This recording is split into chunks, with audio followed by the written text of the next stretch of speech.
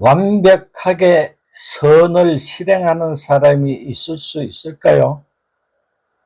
인류 4대 선인쯤 되지 않으면 아마도 찾을 수 없을 겁니다.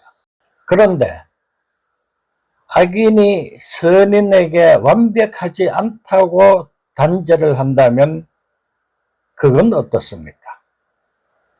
오늘은 유시민 작가의 그 운명에 대한 아주 개인적인 생각이라는 저서 중에 완벽하지 않은 선 부분에 대해서 이야기를 풀어보겠습니다.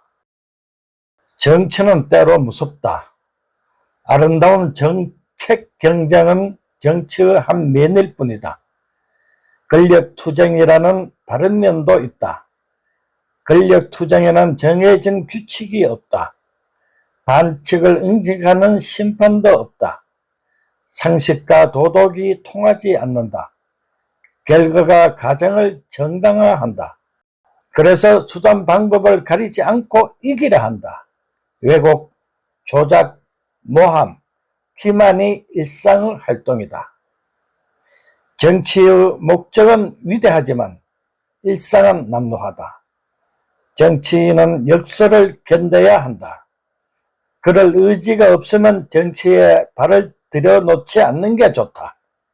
오직 정치를 해야만 이룰 수 있는 이상을 품었거나 정치 말고는 달리 충족할 수단이 없는 욕망에 사로잡혔거나 둘 중 하나라야 정치의 남루한 일상을 감내할 수 있다. 나는 둘 모두 아니었다. 10년을 하고서 알았다. 그래서 정치를 떠났다. 정치 비평은 해도 되고 하지 않아도 그만인 일이다.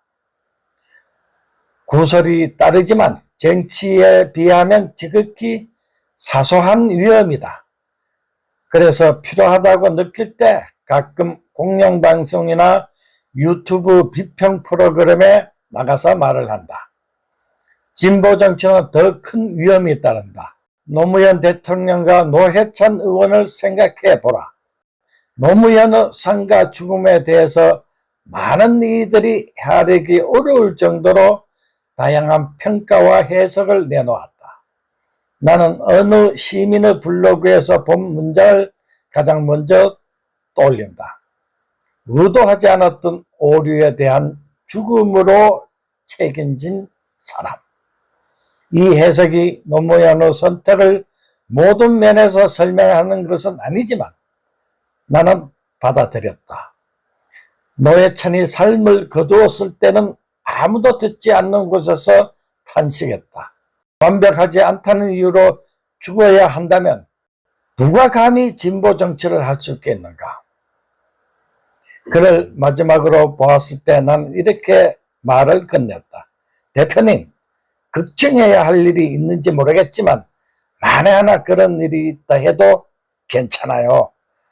다 던져버리고 같이 낚시 다녀요. 시간 지나면 방송도 함께 하고요. 그러면 되지요. 그는 아무 말도 하지 않았다. 완벽한 사람이라서가 아니라 좋은 사람이라서 나는 그를 좋아했다. 오류를 책임지는 방식으로 죽음을 생각하고 있다는 것을 눈치채지 못했다. 소위 조국 사태가 터졌을 때도 무서웠다. 노회찬이 떠나고 1년밖에 지나지 않은 시기였다. 또다시 뒤늦은 후회를 하고 싶진 않았다. 그래서 참전했다.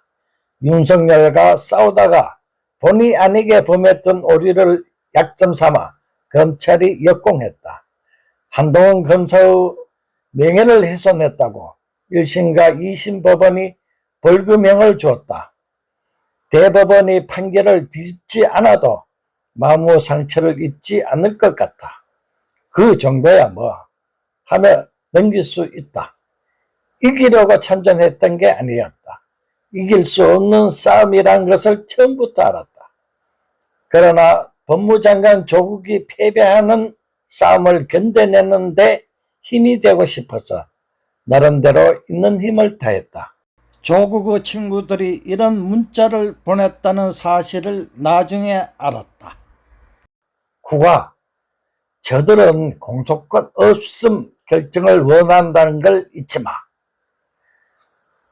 조국을 볼 때마다 하고 싶었지만 하지 못한 말이었다.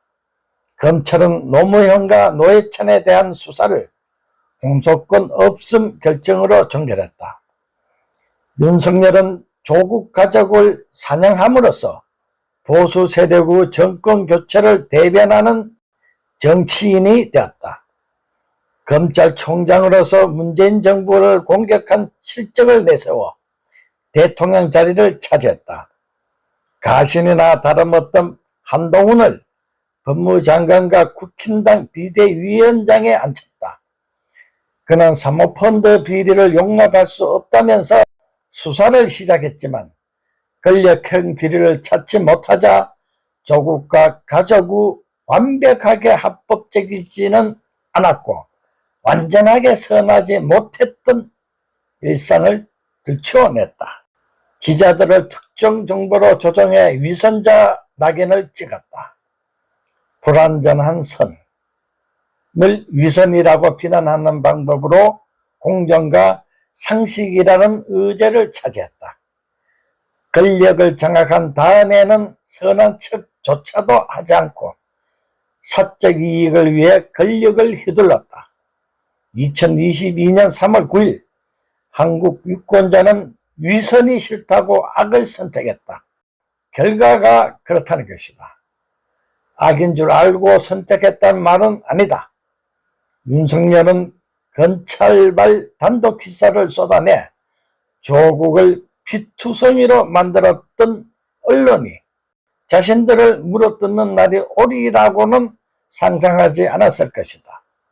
하지만 그때가 임박했음을 나는 예감한다. 다른 누구도 아닌 조국이 그 시간을 앞당겼다. 그는 항소심에서 징역 2년 실형을 선고받은 직후 정당을 만들어 검찰 정권에 대한 전쟁을 선포했다. 예전과는 완전히 다른 모습으로 대중 앞에 섰다. 윤석열과 한동훈을 사실과 논리로 공격했다. 총선은 끝이 아니라 시작이었다. 조국이 전쟁을 끝낼 때까지는 긴 시간이 남았다. 우리나라의 현대사에서 안타까운 새 목숨이 스스로 끊은 경우가 있습니다. 노무현은 이명박 정권의 검찰이 표적 살인이라고 봐야죠. 노회찬은 정의당의 발뺌에서 크게 실망하지 않았을까 싶은데요. 최근 심상정의 불법 정치자금 수수 의혹에서 보듯이 정의당에 정의가 없는 거라 봅니다. 그리고 박원순은 페미니스트의 배신으로 보여집니다. 누구보다도 페미니즘 운동에 앞장서온 인물이 박 시장이었는데 정작 그가 공경에 처하자 페미니스트들이 외면해서 거기에 큰 상처를 받은 것이 아닌가 하는 생각입니다.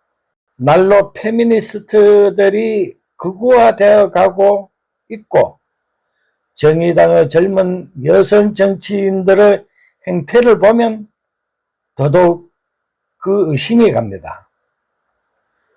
역대 최고의 막무가내 정권이 행패를 부리고 있어도 여전히 그들을 지지하는 노인들은 굳건합니다. 그들은 나라가 다 망해도 이른바 빨갱이들에게는 맡길 수 없다는 고집이죠. 그리고 그들은 정말로 스스로가 애국자로 믿고 있는 것 같아요. 유시민의 책 한 권을 통해서 우리 사회의 씁쓸한 한 면을 되씹어 보았습니다.